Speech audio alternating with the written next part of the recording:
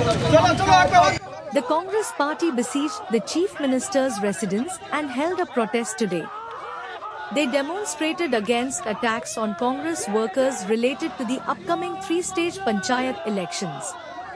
Members of the Sadar City District Congress led the protest, voicing their grievances and demanding action. Young, enthusiastic faces could be seen among the protesters, highlighting the involvement of the youth.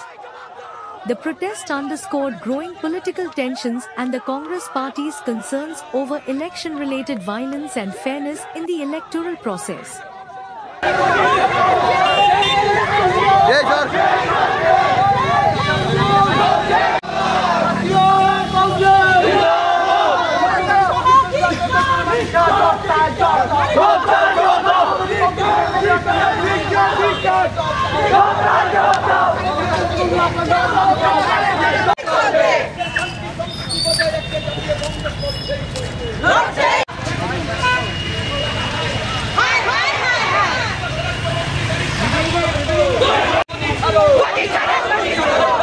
Panchayat নির্বাচন ঘোষণা করা হয়েছে।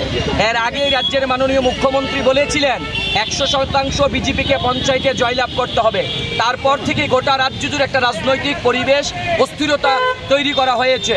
যেখানে যেখানে বিরোধী দলের প্রার্থীরা যাচ্ছেন সেখানে তাদেরকে আক্রমণ করা হচ্ছে, ব্লকে ঢুকতে দেওয়া হচ্ছে না, বিরোধী দলের প্রার্থী খুন হয়ে যাচ্ছেন। কিন্তু রাজ্যের পুলিশ প্রশাসন এবং নির্বাচন কমিশন নীরব দর্শকের ভূমিকা পালন করছেন।